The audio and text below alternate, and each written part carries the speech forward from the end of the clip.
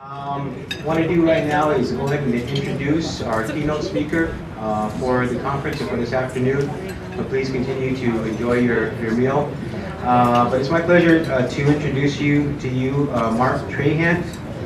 He's from a member of the Shoshone-Bannock tribe in Idaho and is a renowned journalist. Was once with the Seattle Intelligence reporter and also speaker. And today we'll be discussing how tribal leaders and community members can assess health needs and facilitate partnerships between the tribal community. Mr. Trahant's also been a former Kaiser Fellow and has also worked with the National Indian Health Board on several issues and has just returned from across the seas doing another fellowship, which I am blanking on what that fellowship was, but I'm sure gained a lot of knowledge and may share with you all today. But again, it's my pleasure to welcome Mark Trahant.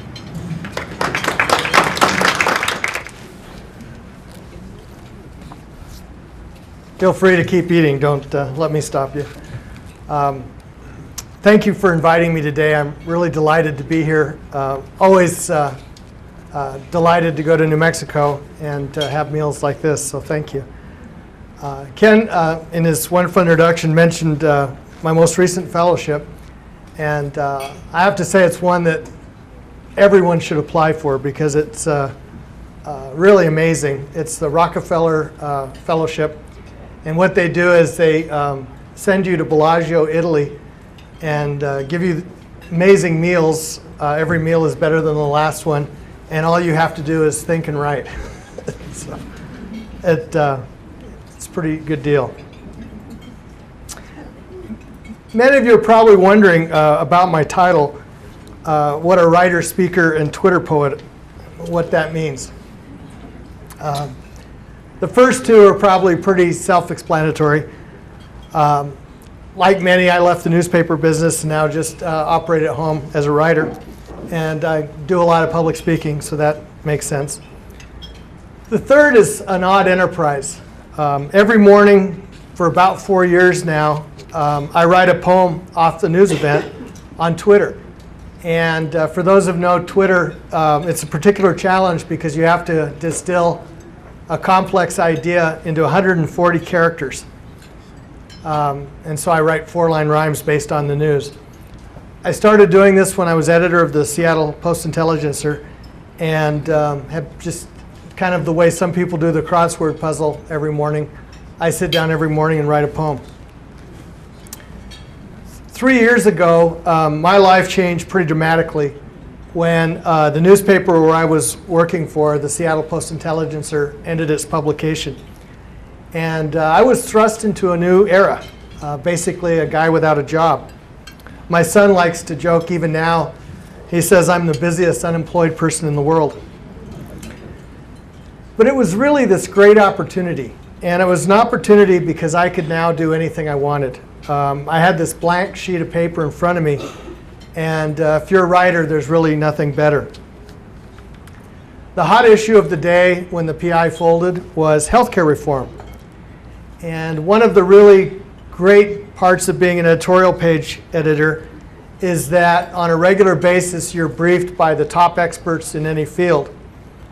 And the very people who are writing the healthcare reform legislation or experts in policy arena would come and talk to us. And I would always ask the same question. I'd say, well, how does the Indian health system fit into your thinking about reform? And instead of a response, just about every time from really the top experts in the country, I'd get a blank stare. And it hit me that the people who had been designing the system had not considered the implications to the Indian health system, nor had they done anything to see what lessons might apply to the larger discourse. So I took my blank page and I set out to answer my own question.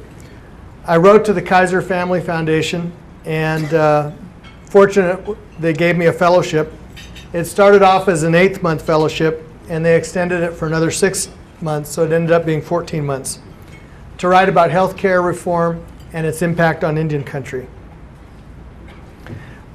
When the fellowship ended, I decided to keep at it and continue writing about some of these issues. And that really sets the stage for what I'm about to say. It's important to note that I'm not a healthcare expert.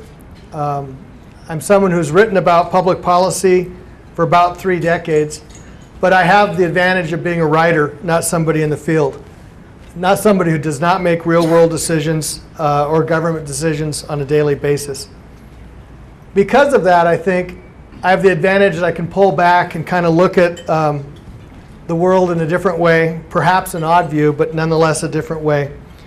So it won't bother me a bit if you think about what I have to say is completely off base.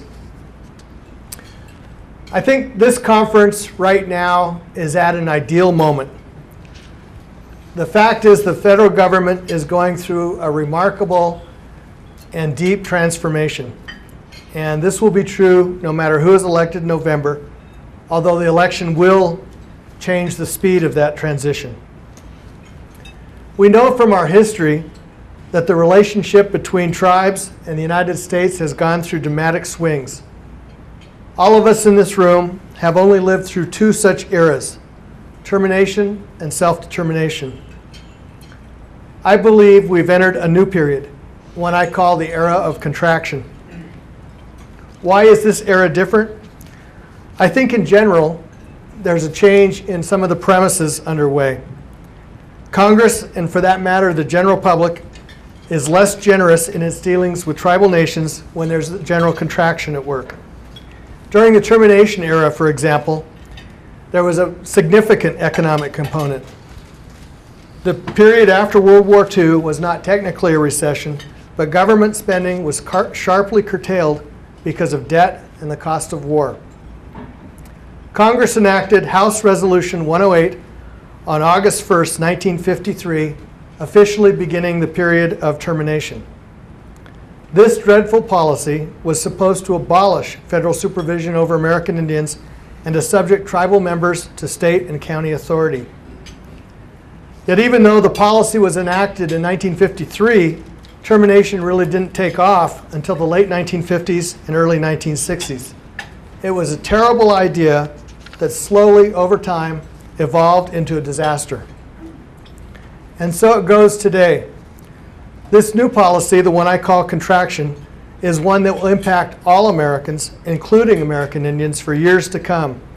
But I think it probably started some time ago, while the actual policy implications remain distant, more of a threat than a day-to-day actual force.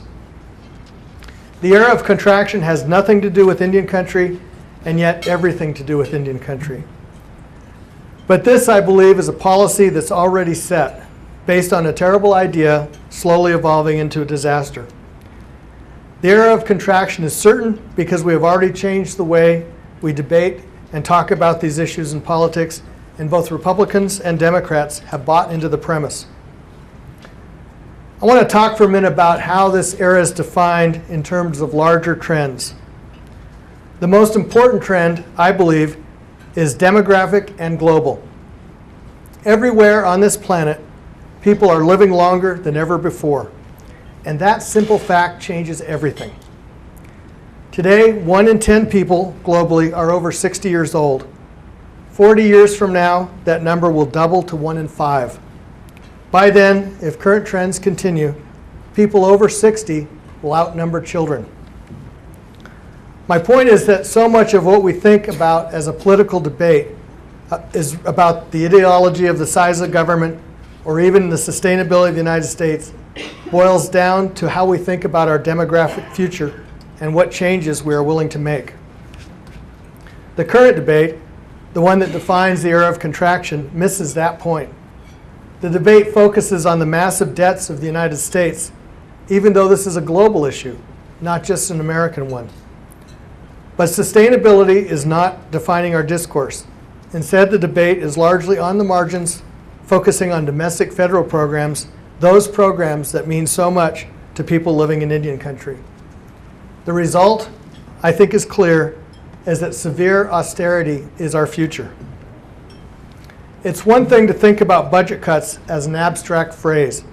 It's quite another when basic services are eliminated, steady jobs disappear, and young people's ambitions are blocked because college is not affordable. Federal spending essentially boils down to 3 types of accounts: net interest, mandatory spending, programs that people automatically qualify for, such as Medicare and Medicaid, and discretionary spending. Interest, like for our own household accounts, gets paid no matter what. Because the super committee didn't reach a deal last year, many of the cuts for domestic programs coming on January 1st will be on automatic pilot. Instead of debating the merits of a program, there'll be straight percentages without regard to their impact on people. Unfortunately, tribal governments are at the tail end of that rhetoric that drives public policy. The arguments about what to cut and how much to cut focus on the tiniest slice of the pie. At least during the Obama administration, both the Bureau of Indian Affairs and the Indian Health Service have avoided deep cuts. But I believe that direction is going to sharply change in the next few months and years. Ideally, Indian country will get some sort of harmless policy, a hold harmless provision that would keep the money from being cut in any significant form. And you already see that in support from Republicans in Congress currently to protect both the BIA and the IHS budgets. The problem is that tribal funding now comes from a variety of government sources. Cuts to community health clinics will be nearly as important as direct IHS funding. So how should we prepare for this era? The most important thing, I think, is to consider this an opportunity. Severe austerity, the era of contraction, will occur whether we like it or not. So the choices are to fight the inevitable or to embrace the future and look for every advantage for our people. It's natural and right to fight for what was promised by the United States through solemn treaties. It's a strategy that's worked before, at least in recent history. Unfortunately, if you look back at the whole history of the United States, that's not true. Valid treaties were ignored during the eras of termination, allotment, relocation, and even on occasion during good times. Moreover, the scale of the current wave threatens the very foundation of the United States, making it difficult, if not impossible, to secure something for a small population. This is even more problematic when you consider that the United States itself doesn't know what to do about these structural issues. The divide is as great now as it was, say, during the Civil War. So again, how do we prepare for this era and how do we adapt? That's where I think the themes of this conference come into play and are so essential. The practice of sovereignty, lifeways, and sustainability all can be grown at home, not in some far-off office in Washington, D.C. There really is an opportunity to create a red road, a roadmap to healthy communities. I think many of the items on the agenda do that. Creating a health board, for example, might have been something seen as a routine process, but if it's done right, it can be a game changer. One of the quickest ways to grow the budget is look for multiple streams of revenue to tap going beyond the Indian Health Service. When Medicare and Medicaid were passed by Congress in 1965, there was no consideration, none, about how those bills impacted Indian country. The Indian Health Service, in fact, didn't even qualify to use Medicare or Medicaid dollars. It was as if the Indian Health Service, then all federal employees, was off the books, a forgotten instrument. There was not even a plan in place how IHS could tap those dollars. That had to wait until 1976 when the Indian Health Care Improvement Act became law. This is important because Medicare, Medicaid, and the Children's Health Insurance Program are entitlements. If a person is eligible, the money is supposed to be there. That's not true for the Indian Health Service because the system is based on annual appropriations.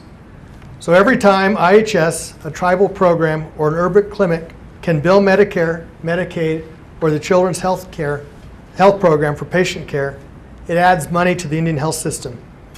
This is one way to fix the idea of don't get sick after June. If a patient is eligible for Medicaid, the money is supposed to be there. It doesn't require the same passing of the life or limb test. I think it's important to know that the Indian Health Service, in fact, I have tried to stop using the word, it's now the Indian Health System, is much more a contracting agency as it is a healthcare delivery agency. More than half of the IHS is now operated by tribes or tribal organizations through self-determination or self-governance contracts. During my travels with the Kaiser Family Foundation, the one that most come to mind for me is the Alaska Native Medical Center. The medical center is essentially two facilities in one. There's an inpatient hospital and some statewide services managed by the Alaska Native Tribal Health Consortium, and then outpatient services administered by the South Central Foundation. The two management teams work closely together to operate the hospital in its different areas. Alaska is one state where self-determination has completely taken to heart.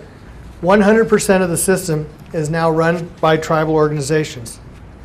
In fact, the South Central Foundation, when it built its facility, refers to patients as customer owners, as both the foundation and the model for its inspiration. South Central's NUCA model of healthcare boils down to some basic ideas: that relationships are the key to public health, that patient care should be integrated, there should be same-day access to primary care, and customer owners are the drivers of their own health care, and they should be given an opportunity to offer advice and feedback. To make all this happen, one of the first things they did was a survey, and they surveyed all of the people who were using the facility.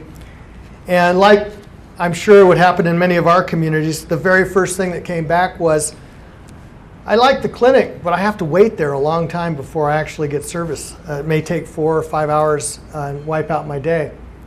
So when they designed the system, the very first thing they put on the top of their list of things to worry about was making sure that people had access in a timely fashion. In fact, if you walk through the facility today, there are signs pretty much everywhere that say, if you've been here longer than 15 minutes, something is wrong. That's the aberration, not the norm. Many of the primary care back then was done through the hospital emergency room, where they were handling everything from heart attacks, broken arms, strep throat, to you name it. That too was taking more time. So again, by designing the system with a 15-minute approach, they took out people from the emergency room and moved them into primary care facility. One of the ways they did this was really clever. When they built the hospital, instead of building one big waiting room where everybody sees who's waiting and how long it's taking to get seen by somebody, they built multiple waiting rooms around their primary care team. And so you go into a waiting room with maybe 5 or 6 people, and 15 minutes later you're out and gone. And that made it seem to everyone there that they were being served very fast. They also do a great similar process with phone calls. Every phone call has to be answered within 30 seconds, and they chart and measure to see what kind of reaction people get when that happens. They also considered how healthcare dollars were spent. So much of what we spend on healthcare is at the end of a person's life. So what if that was reversed? What if they decided to spend most of the money early on, whether it be prevention or treating root causes of diseases as they surface, or diabetes, depression, or domestic violence? Their idea was that when root causes were treated, there will be a reduction in health disparities that are so much a part of our experience. Well, after a couple of years of doing this, the data backs up the model.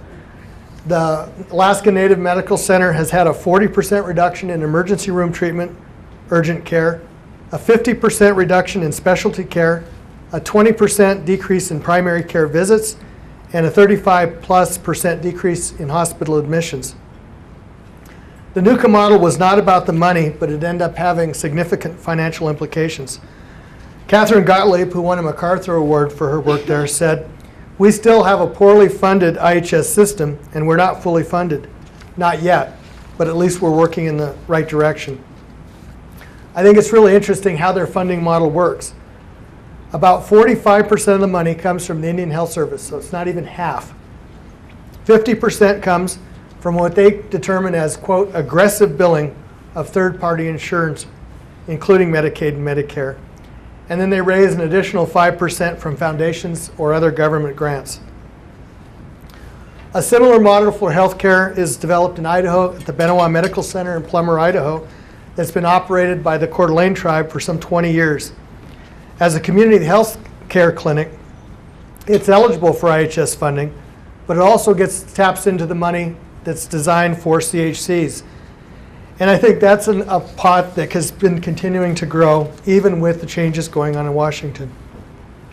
In fact, the Affordable Care Act identifies community health centers as a public health priority. There are resources for the expansion, creation, construction, and renovation of clinics and to hire medical providers.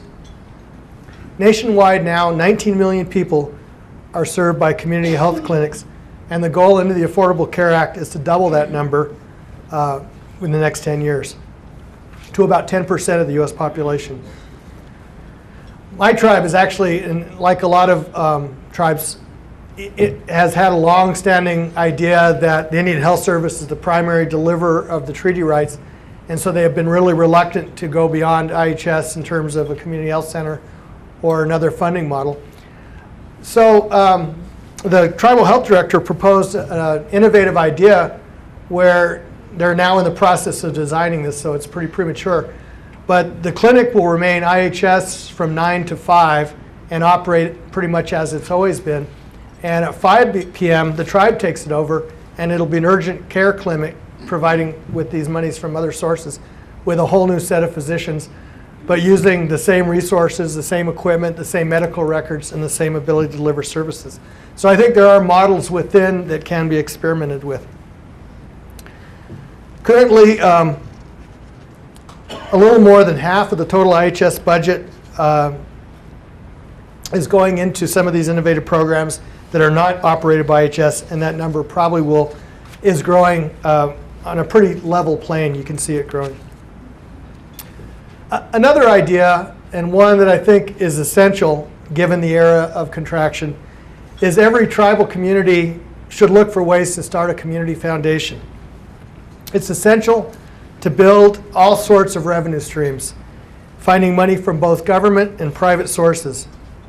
In fact, the law already allows divisions of tribal governments to act as 501c3 nonprofits.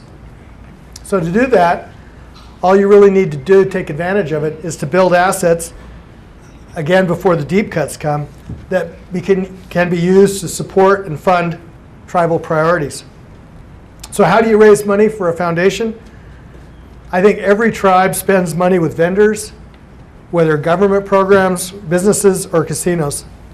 You can go down that list, be methodical, and then start calling for creating this foundation. Any company or individual that does business with a tribal group should be given, excuse me, as they say in fundraising circles, the opportunity to help launch this new community foundation. Some tribes might focus their nonprofit organization on healthcare or scholarships for young people, all valuable enterprises.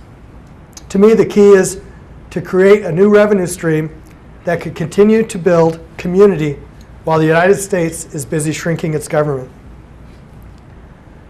That brings me to my final point.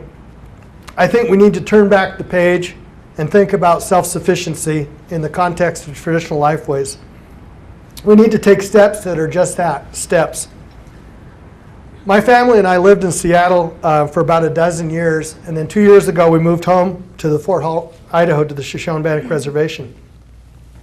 We have a little land, and so I was eager to experiment and to grow some things. So much of what I write about on a policy level is a view from the far. But with this, I wanted to see what I could do as an individual, as a consumer, and as a producer. What are the challenges? What works? What needs work, and what might work? The same sort of questions I asked myself as a writer. So I kind of began this personal mission of sustainability. And again, because I don't have a job in the conventional sense, I can spend some time in the garden as a key part of that space.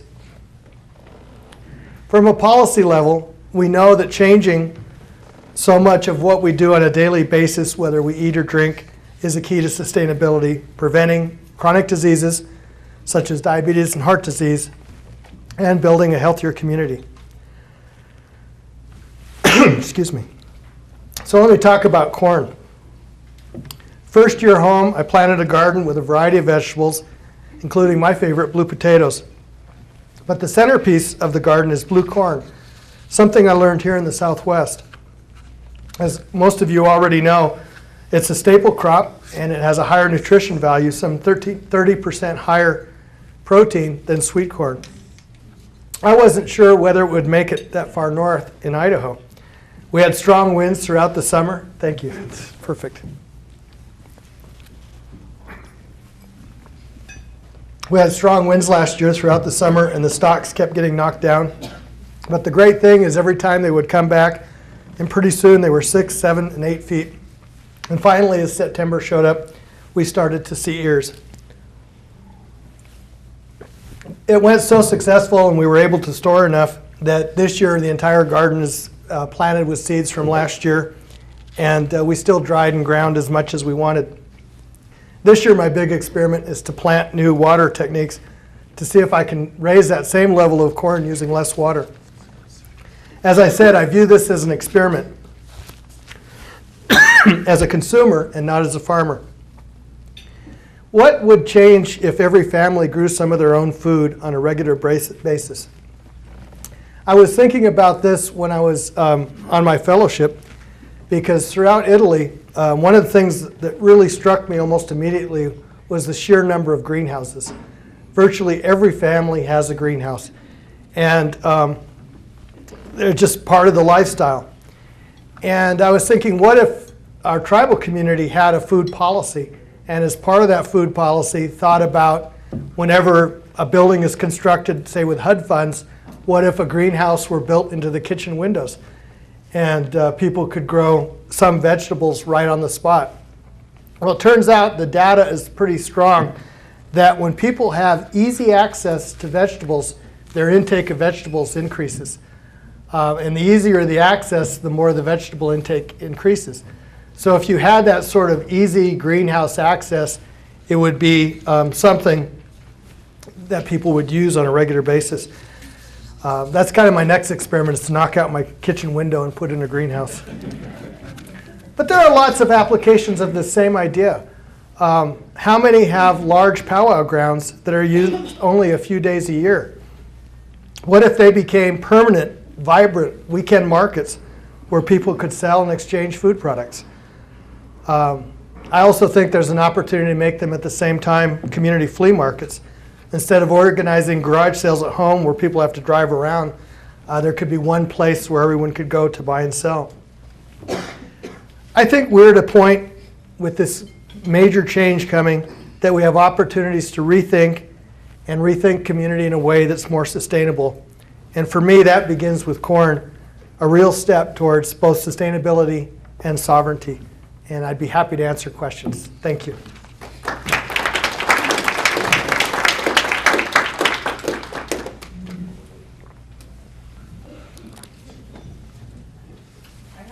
Mm-hmm. Any guess what the Supreme Court ruling is going to be? No. If they, I mean, there are three things really they can do.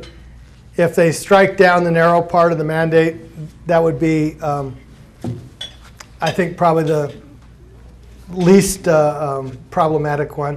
If they strike down the whole law, it's going to be a total mess, and there's going to be a lot of problems very quickly. For one thing, is how do you take people off policies that are there because of the law? Will insurance companies grandfather them in? I mean, it's going to be really messy. Hopefully the court will uphold the law. That'd be the best solution. And the thing about the Affordable Care Act, and again, looking at it as a writer, not as a public health person, is that it's just a baby step. The fact is, we spend in the United States far more on health care than we need to, and we don't get the results from it that we ought to. And again, traveling around the world, the rest of the world spends basically what the Indian Health Service does throughout the world, UK, Germany, France, and they get a lot better services. Whereas if you look at Medicare, it's 3 times that amount. So, I think in the end, and this is where my series kind of fell flat with larger audiences, in the end, the U.S. healthcare system will look more like the Indian Health Service than the Indian Health Service will look like the U.S. healthcare system. Does anybody else have any other questions? Oh.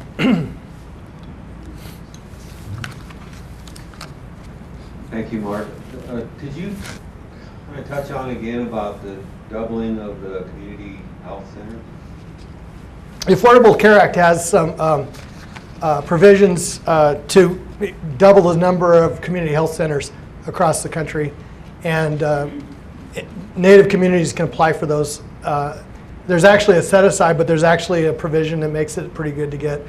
The trick is, and this is the selling point for tribal communities, is once you make it a community health center, it's open to everybody in the community. It's not just an Indian Health Service facility. I mean, in a small community, I mean, one of the things that you look in rural communities, say across Montana, is you have an IHS facility, and then 6 miles away you have a non-Indian facility, and neither of them have enough patients to be effective. And this would be a way to combine those resources and to be a lot more effective for the patient care. There are several different layers of that. One is a federally qualified health center, which actually has some additional funds. And a lot of it deals with the reimbursement levels they get out of Medicare. One of the things that I think is most exciting in the Affordable Care Act is there is a provision that allows Navajo to be treated as a 51st state for Medicaid. And I think this opens the door to a long-term trend to move Medicaid out of the state system. And it's really complicated when states set the reimbursement level when they have no, what happens with that money is nothing that affects them one way or the other. And so I think it's important to get the state out of it. And get them into urban health where they can really do some good. Any other questions? Well, thank you. The work you're doing is important, and I really do hope this is the time when tribes can re-engineer a healthcare system, one that works for the community, and I applaud you for doing it. So thank you. Mark, I do actually have one question for you, Mark, and it's kind of not really even related to anything, but I did tell the folks earlier today about your experience with President Bush.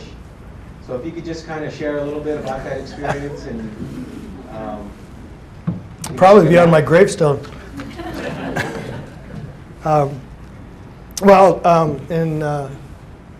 When was it? 1980? 1990?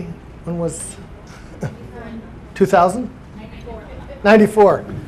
Oh, memory goes. It was funny, the different journalist groups, National Association of Black Journalists, the Asian American Journalists Association, the National Association of Hispanic Journalists, and the Native American Journalists Association, every 4 years have a joint convention. And it's become actually the largest journalism convention in the country. And because it's so large now, presidents feel like they have to be there. And so in Seattle in 95, they asked if I would ask a question to Al Gore, and did, and it was no fanfare or anything. And then 4 years later, again, Nadja asked if I would ask a question of President Bush. And I really thought hard about the question, and asked him, he's been a governor and now he's the president, so he's seen Indian issues from two directions. How would he describe tribal sovereignty in the 21st century, and how would you resolve some of the conflicts? And the second I asked him, you could see the blood drain out of his face.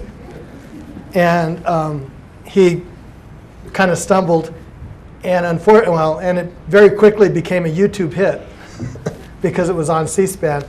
I got back to the hotel. In fact, you can still Google it. It was number 4 on YouTube at one point. I got back to the hotel and I had a stack of messages like this, and the clerk handed me the messages and said, "Who are you?" But for me, it really opened up the idea of the impact of viral media and how social media was changing everything. because even today I'll get every once in a while an email from somebody that says, "Have you seen this?" And then they'll send me that clip, and I usually respond, "Yeah, I was in it." It's a long favorite. That was in July, and I went to speak at a tribal high school in September, and they introduced me by saying, "This is the guy that asked the question."